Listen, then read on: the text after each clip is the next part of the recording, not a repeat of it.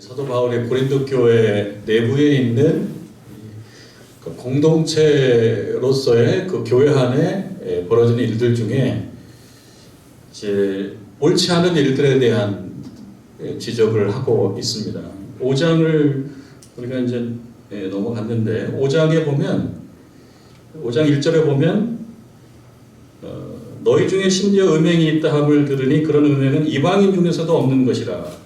음행 중에서도 이방인 중에도 없는 것. 그건 뭐냐? 누가 그 아버지의 아내를 취하였다 하는도다. 이런 이야기도 고린도 교회 안에서 들린다. 이건 근친상간인데 이런 것도 들리는데 이런 것이 있으면서도 5장 2절에 보면 그리하고도 너희가 오히려 교만하여져서 알지 못하는 거죠. 어찌하여 통한이 여기지 아니하고 그 일을 행한 자를 너희 중에서 쫓아내지 아니하였느냐. 그러면서 이러한 사실에 대해서 통한이 여기지 않았다. 불감증에 걸려있다. 그런 면들을 지적을 하면서 5장을 넘어서 6장을 오게 되면 또 맥락은, 주제는 다르지만 맥락은 같습니다. 이런 일도 있는데 이런 일도 너희들 스스로 해결하지 못하느냐 라고 하는 지적입니다.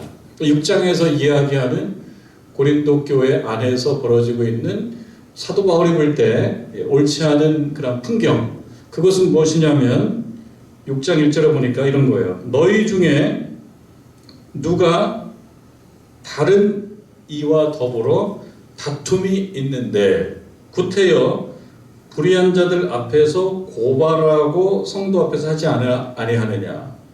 이런 것에 대한 사도 바울 마음의 불편한 신기해요.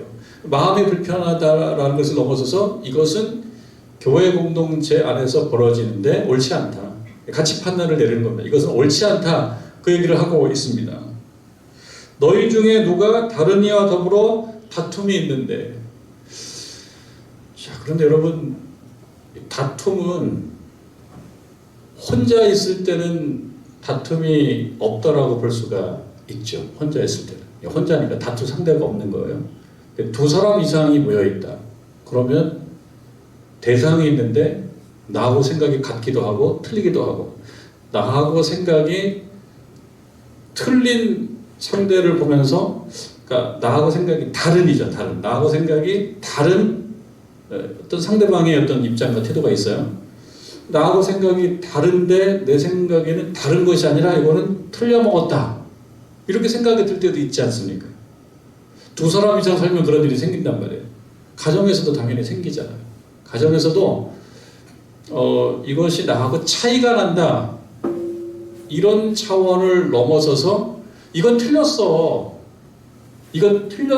하는 어떤 입장의 충돌, 이렇게 가정에서도 있지 않습니까? 가정에서. 물론 그 사안 자체가 이렇게 심각하지 않은 것이라 그러면 뭐 그리 하면서 또 넘어가기도 하지만 어쨌든 작은 공동체 내에서도 다툼이 없는 곳은 없다. 두 사람 이상 모이면 다툰다. 심지어는 한 사람 모여있지 않고 자기 혼자라고 하더라도 자기 자신을 상대로도 싸울 수 있는 그런 싸움의 기술이 있는 분들도 없지 않아요? 상대가 없으니까 자기하고 싸우는 거예요. 자기를 괴롭히는 경우도 없지 않아요.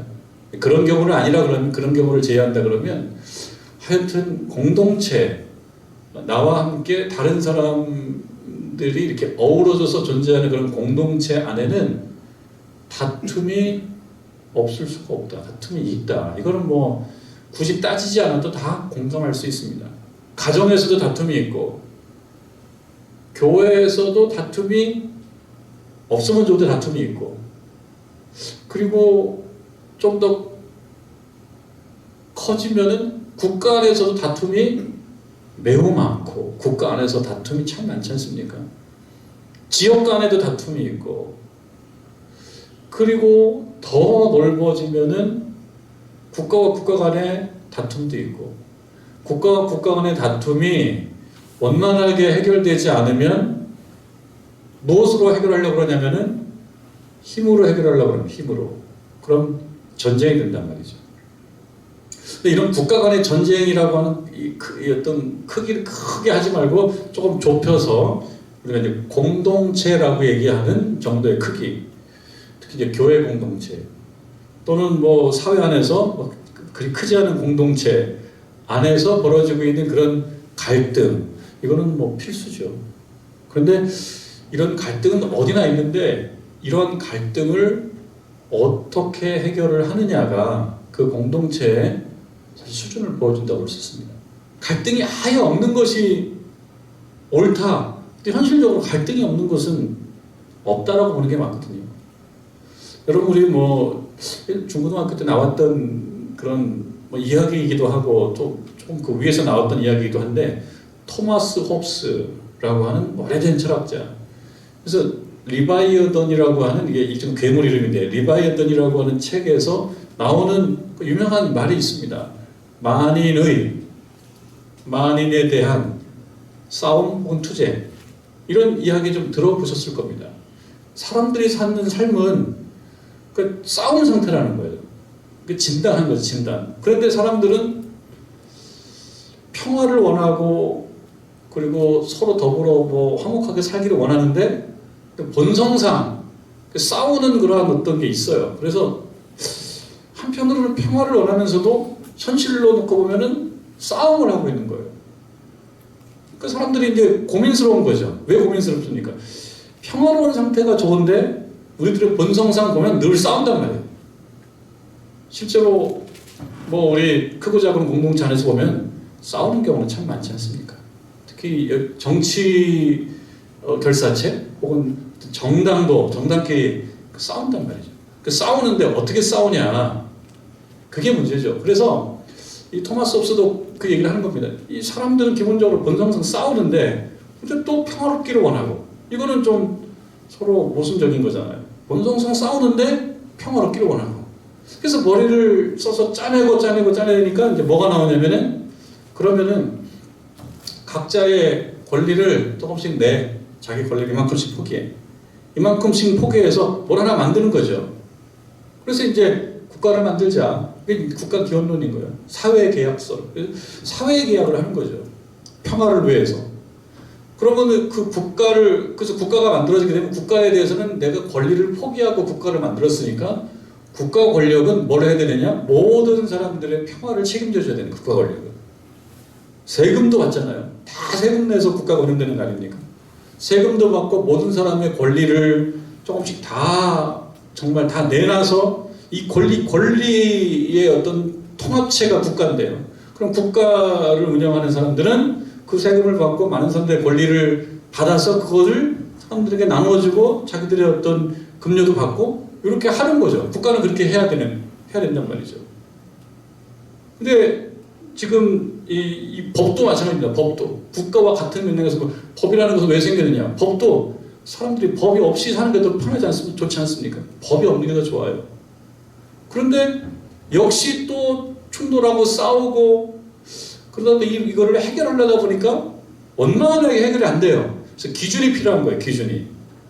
그럼 기준을 누가 세울 거 아닙니까? 이 기준에 대해서 당신도 순종할 거야? 당신도 순종할 거야? 다 순종해야지 법은 존재할 수가 있어요. 국가가 비슷한 거죠, 법도.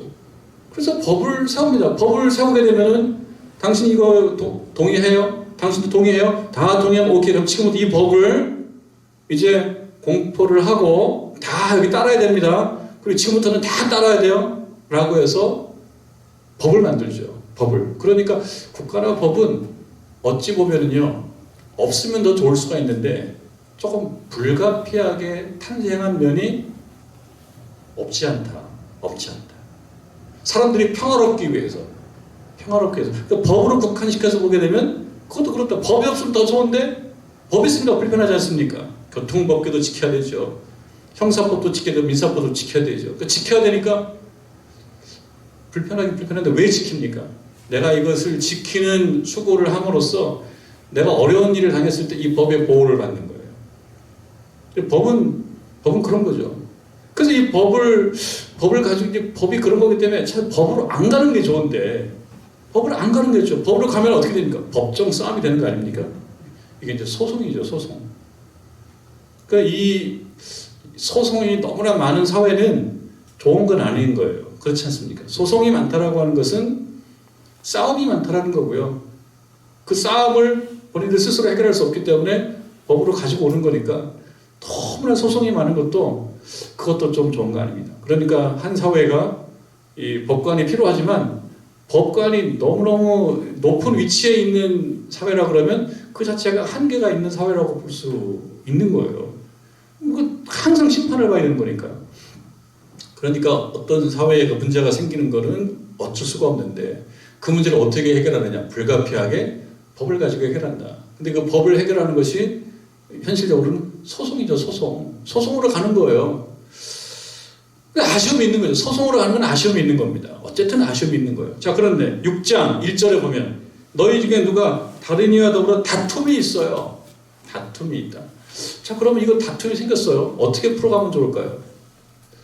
법으로 가져간다라고 하는 것은 법 이전에 서로 좀 이렇게 관계로 인해서 이 문제를 풀 기회가 없거나 그것을 포기했거나 그럴 때 법으로 가는 거죠. 법으로 간다라고 하는 것은 싸움이에요. 이제 어떤 정해진 룰을 가지고 싸우는 거예요.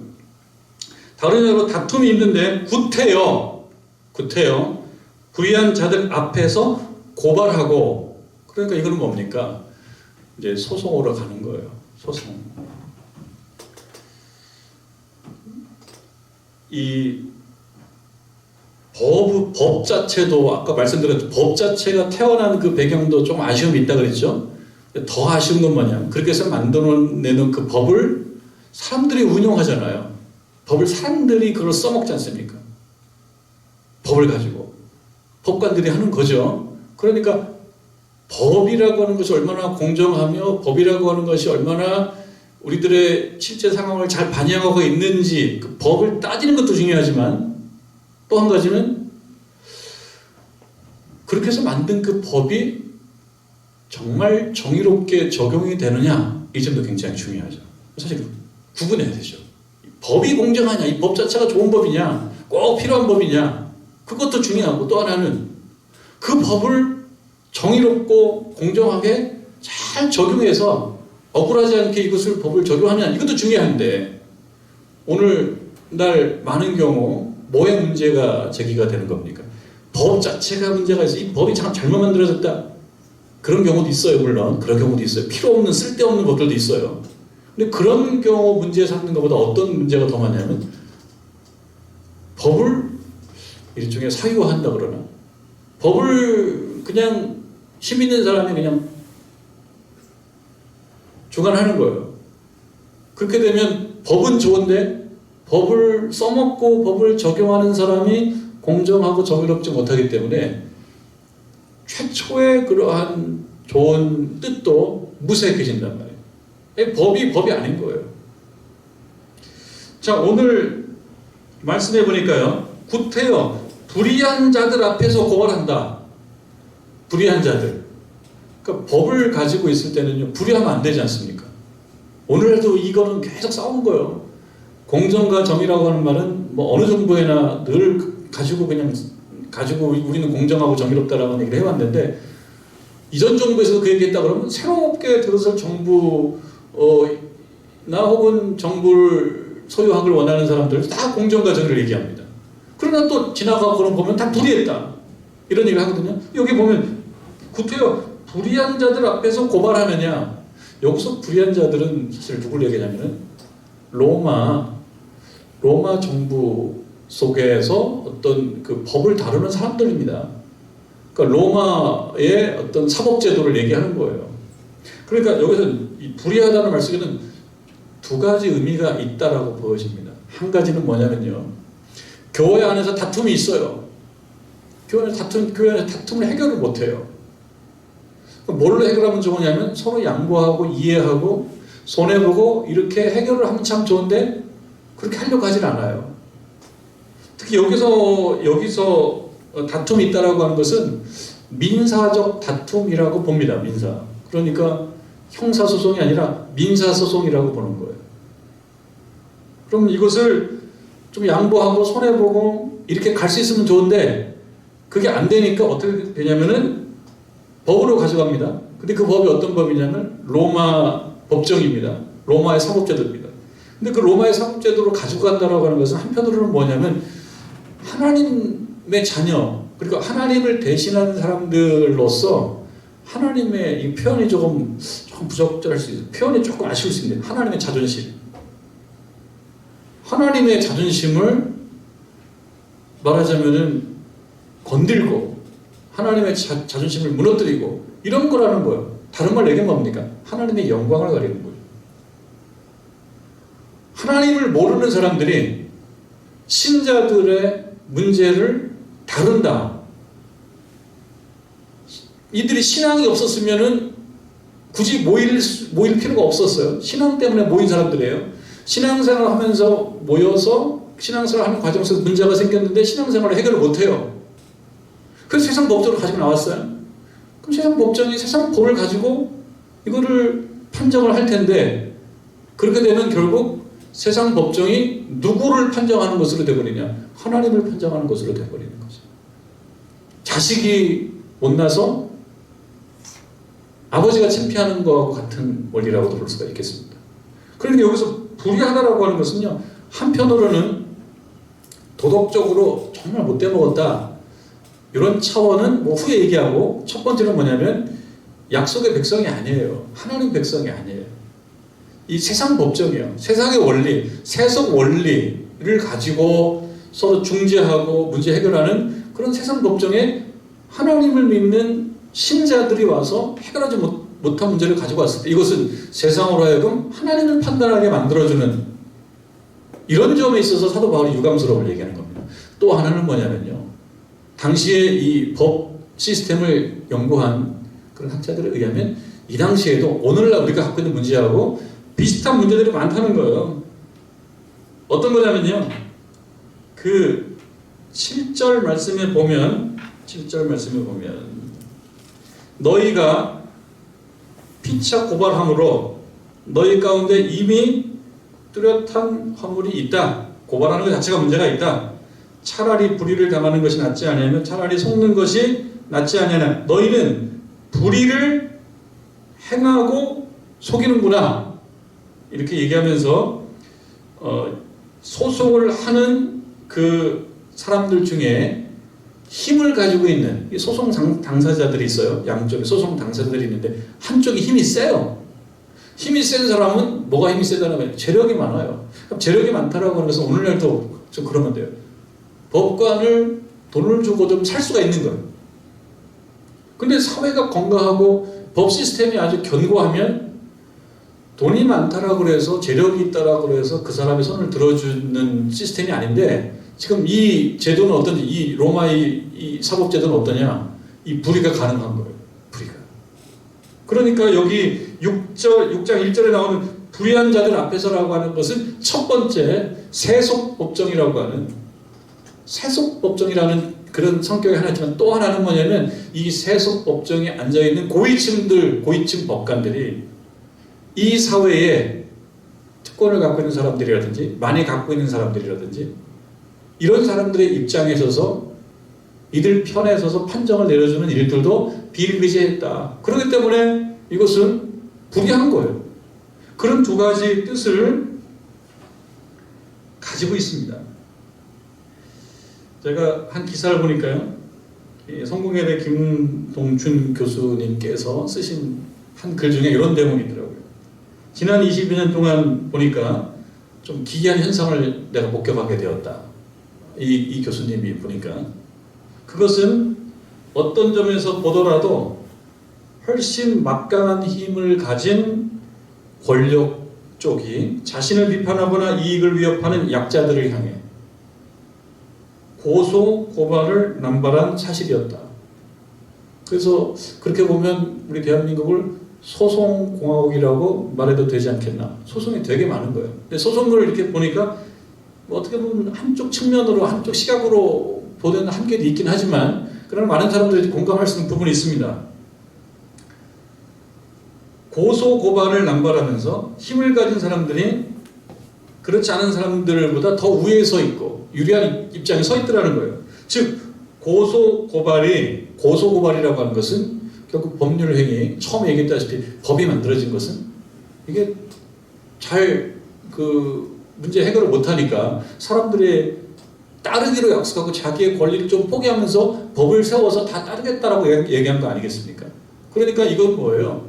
힘이 없는 사람들도 법의 도움을 받아서 그 문제를 해결받을 수 있는 하나의 길을 만든 게 법인 거잖아요. 법이 없으면 힘센 사람이 다 가져가고 힘센 사람이 때리고 힘센 사람이 뺏어가면 되는데 이것을 우리가 못 보겠다고 해서 법을 만든 거란 말이에요. 그런데 그 법을 운영하다 보니까 어떤 역설이 발생하냐, 어떤 정말 아이러니가 발생하냐. 법을 가지고 힘이 없는 사람들을 보호해주고 그 사람들의 어려움들을 풀어갈 수 있는 하나의 방법으로 법을 우리가 동의해서 발효시킨 건데 가만 보니까 센 사람들이 더 법에 도움을 많이 받는 거예요. 센 사람들이. 많이 갖고 있는 사람들. 많이 갖고 있으면 오늘날도 뭡니까?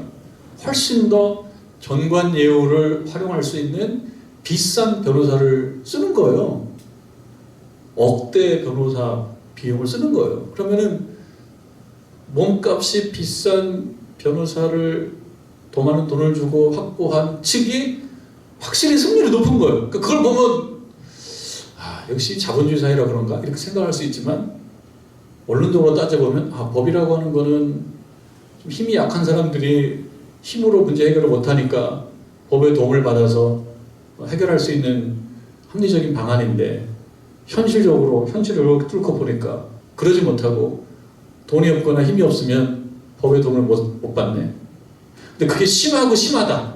심하고 심해서 법을 만들어 놨는데 이 법이 많은 사람들에게 균등하게 혜택을 못 준다? 그럼 그 사회를 어떤 사회라고 볼 수 있습니까? 법치주의가 아니라고 보는 거죠. 그런 사회는 법치주의가 아닌 거죠.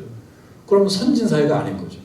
그 선진사회의 특징은 뭐라고 볼 수 있겠습니까? 법 시스템을 세워놨으면 그 법 시스템이 알아서 자동적으로 돌아갈 수 있도록 되는 사회가 더 선진사회인 거고 외압이 자꾸 그 안에 반영이 돼서 외압으로 인해서 법의 방향이 이쪽으로 바뀌고 저쪽으로 바뀌는 것이 너무 쉽다. 그럼 그 사회는 법에 있어서는 후진적인 거예요. 만약 우리 사회도 우리가 분석해 봤을 때 지금 이 김동춘 교수는 조금 비판적으로 분석하는 거예요. 가만히 보니까 고소고발이 약자의 무기가 아니라 기업이나 행정이나 사법부의 최고 지위에 있는 강자가 약자의 입을 막는 무기로 사용되는 경우가 빈번하다. 이렇게 이제 분석한 거예요. 좀 비판적으로 분석한 거죠. 이분의 시각은 좀 비판적으로 분석하는데 이걸 전적으로 동의하지 못할 수도 있지만 그러나 원론적으로는 현실이 그렇다라고 하는 것을 우리들이 크게 어렵지 않게 동의할 수 있을 겁니다. 뭔가 법정 싸움을 하게 되면 일단 좋은 변호사를 써야 되는 거예요. 좋은 변호사는 가격이 높은 거예요.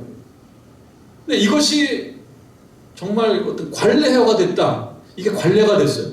문제 해결하려고 그러면은 법으로 가는데 법으로 가면은 일단 돈이 많아야 돼.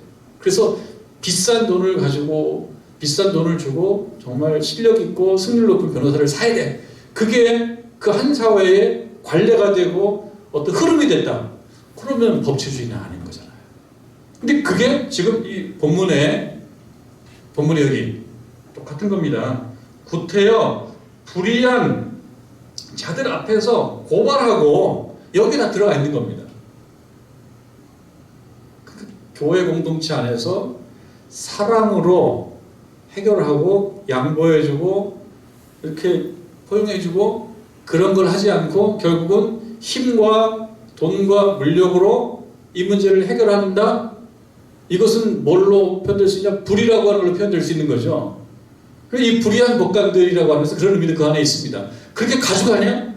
이건 잘못된 것이다. 그 언뜻 보면요.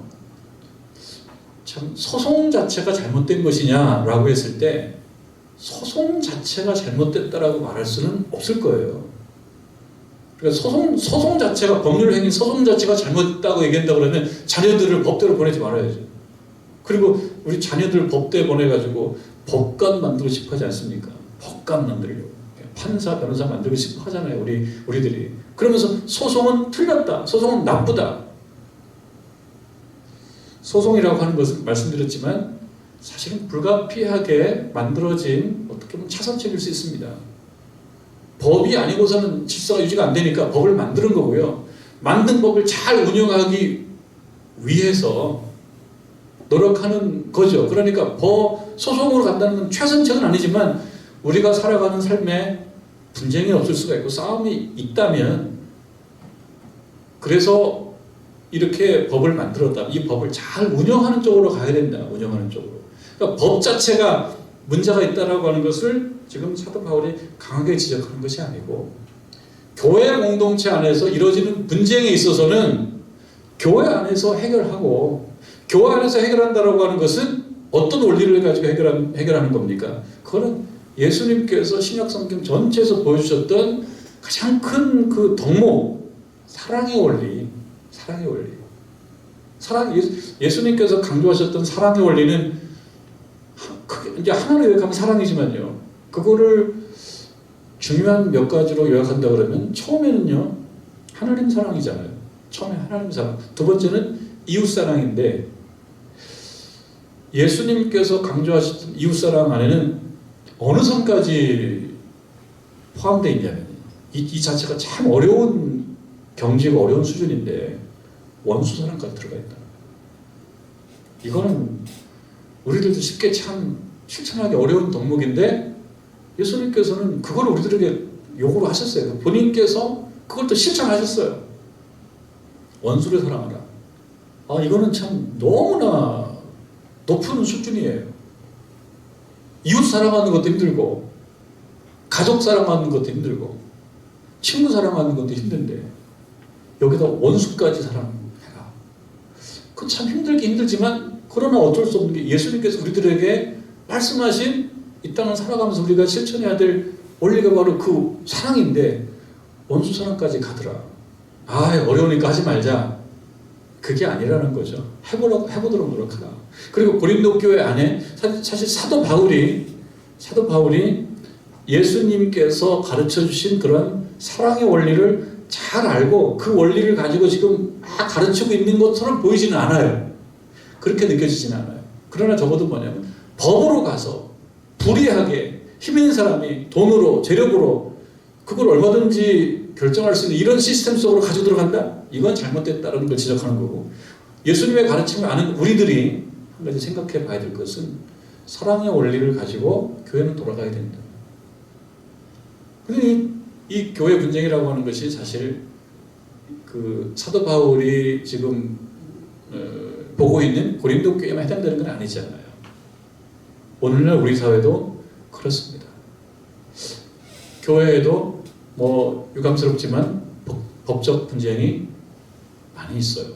그러니까 그런 경우라 그러면 이 말씀을 듣고 정말 반성하고 뭘 함양해야 된다는 겁니까?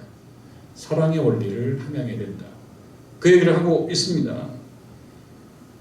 2절에 성도가 세상을 판단할 것을 너희가 알지 못하느냐.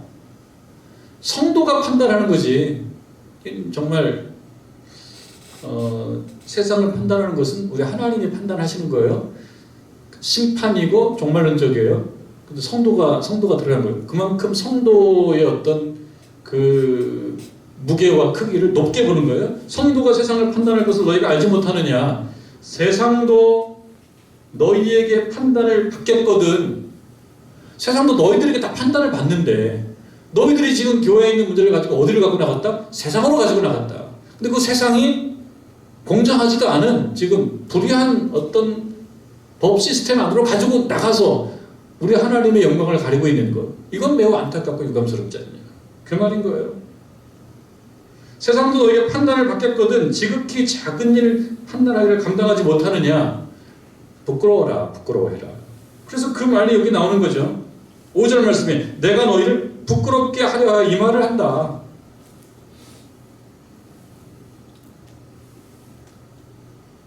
(5절로) 한번 가볼까요? 내가 너희를 부끄럽게 하려 하여 이 말을 하노니 너희 가운데 그 형제간의 일을 판단할 만한 지혜 있는 자가 이같이 하나도 없느냐.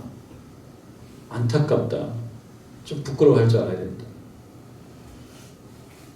6절에 형제가 형제와 더불어 고발할 뿐더러 믿지 아니하는 자들 앞에서 하느냐. 형제가 형제와 더불어 고발한다.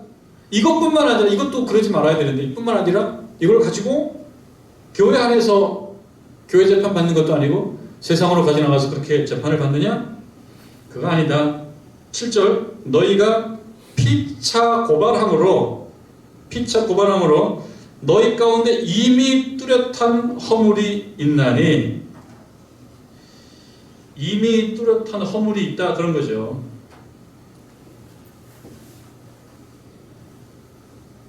이 말은 무엇입니까? 이미 실패했다는 거예요. 차라리 불의를 당하는 것이 낫지 아니하며 차라리 속는 것이 낫지 아니하냐 이렇게 얘기하는데요. 이 말은요, 이 차라리 불의를 당하는 것이 낫지 아니하며 차라리 속는 것이 낫지 아니하냐, 여러분 생각 어떻습니까? 차라리 불의를 당한다라고 하는 것은 반대로 얘기하면 뭡니까? 불의를 행하는 거랍니다. 내가 불의를 행하는 것보다 어떤 사람의 불의를 내가 당하는 편이 차라리 낫지 않냐, 차라리 손해보는 게 낫지 않냐, 차라리 속이는 것보다는 속는 것이 낫지 않냐. 근데 이 말이요, 당시에 고린도 교회 사람들이 소중하게 생각하는 세속 지혜 속에도 이러한 가르침들은 있었다는 거예요. 실제로 플라톤이 가르쳤던 그런 교훈 중에 하나는 뭐냐면 이런 거였다는 거예요. 불의를 당하거나, 플라톤의 책에 나오는 얘기입니다. 인용합니다. 불의를 당하거나, 불의를 행하거나, 불의를 당하거나, 불의를 행하거나, 중에서 양자택일을 해야 한다면, 플라톤의 말에 의하면 나는 불의를 행하기보다는 불의를 당하여 고난을 겪을 것이다. 이것이 플라톤의 가르침인데, 이 플라톤의 가르침이 이 안에 들어가 있는 걸 보면 이건 뭡니까? 세속적 지혜로도 사실은 이런 얘기 이렇게 뭐 낯설지 않다는 거예요. 그러니까 우리들이 세속적으로도 이런저런 얘기를 할 수가 있는데요, 세속적 지혜로도 손해보는 게 좀 나아, 더 고급스러워. 경제 논리로 들어가게 되면 손해 안 보는 싸움 해야 되거든요. 경제 논리로 들어가면 손해 안 보는 싸움인데, 경제 논리가 한 사회의 가장 우세한 가치관이다? 그러면 경제적 약자는 항상 뭡니까? 못 갖는 거거든요. 그러니까 이 경제 논리가 한 사회를 다 지배한다? 이건 수준 높은 사회가 아닌 거예요. 그러니까 사회보장제도가 많이 발달한 사회는 경제적 강자가 합법적으로 자기의 소유를 좀 내놓고 모든 사람들이 같이 쓰자고 하는 거거든요. 그런 면이 있는 거란 말이에요. 그러니까 이러한 가치가 한 사회에는 좀 있어야 된다. 경제 논리가 다는 아닌 거예요. 그러니까 이런 얘기도 고급스러운 얘기인 거예요. 플라톤의 얘기인 거예요. 차라리 나는 손해볼 거다. 불의하여 고난을 겪을 것이다. 그런데 그런 세속적 지혜를 소중하게 생각하면서도 이 기준에 비춰봐도 너희들은 부족해. 하물며 우리 예수님 가르쳐 주신 사랑의 원리를 생각하면 또 한없이 부족해. 뭐 이분은 뭐 흔한 분은 아니고 저도 조금 이름이 낯섰는데, 무소니우스 루푸스라고 하는 철학자의 말을 좀 인용하자면 이분도 이런 얘기를 했다는 거예요. 철학자는 절대로 개인적 피해 때문에 타인을 고소해서는 안 된다, 이렇게 가르쳤다는 거예요. 그 말이 지금 이 플라톤의 말이나 루푸스의 말이 지금 어디에 들어가 있냐면 7절에 사도 바울이 그 플라톤을 공부해서 그랬나 이건 알 수 없죠. 근데 여기 보면 차라리 불의를 당하는 것이 낫지 않으면 차라리 속는 것이 낫지 아니하냐, 이거는 출처가 예수님이 이렇게 말씀했다라는 출처는 없어요. 근데 이것을 당시 철학자들도 이렇게 얘기하고 다녔다는 거예요. 그렇게만 놓고 봐도 기준에서 많이 부족한데, 너희들 안에 보니까 8절에 너희는 불의를 행하고 속이는구나, 이거는 아니다. 그래서 이게 무엇입니까? 많이 배운 것과 배운 대로 행동하는 것은 다를 수 있다. 그 얘기를 얘기합니다. 우리가 학자들의 이야기를 많이 배웁니다. 세상적으로도. 그 지식이 많아지는 것과 지식인으로서 사는 건 좀 다른 거예요. 오늘날도 지식인이라는 말을 쓴단 말이죠. 지식인은 거기에 뭐 어떤 공정하고 정의롭고 또는 의로우며 이런 것들이 좀 들어가 있는 말이 지식인입니다. 그냥 공부를 많이 해서 많이 암기하고 있고 많이 알고 있고 이게 지식인이 아닌 거예요. 그러니까 지식인은 거기에 공정하며 정의로우며 의로우며 약자를 사랑하며 약자를 도와주며 이런 것들이 들어가 있는 말이 지식인인데, 지식인이 그런 행동을 못하면 가짜 지식인 거죠. 가짜 지식인은 그냥 지식이 있는 사람인 거지 지식인은 아닌 것이다. 신자도 마찬가지인 거예요. 신자들도 하나님께서 이렇게 가르쳐 주신 것들이 있는데, 이 사도 바울이 얘기한 거에 의하면은 지금 교회 내에서 힘을 가지고 소송하고 한 사람 한 사람을 누르고 이런 게 아니라 뭘 하는 겁니까? 그 안에서 사랑의 원리로 풀어주고, 못 풀어주면 교회 안에 있는 지혜로운 자, 교회 안에 있는 지혜로운 자. 그래서 장로님을 세우고 권사님을 세우는 거예요. 교회 안에 있는 지혜로운 자가 사랑으로 잘 중재해야지 고린도 교회가 좋은 교회가 되는 거지. 그렇지 않고 세상 법정으로 가지고 나가는데 그것도 재력을 가지고 또 매수해서 하는 그 시스템 속으로 가지고 들어간다. 이거는 하나님께서 가르쳐주신 그런 원리와 윤리가 아니다. 그러니까 잘못됐으니 반성하고 새로워져라. 이런 이야기를 고린도 교회를 향해서 하고 있습니다. 또 우리들도 마찬가지입니다. 우리들도 우리가 배운 것들이 참 많습니다. 특히 사랑에 대한 과목은 매우 많이 배워왔습니다.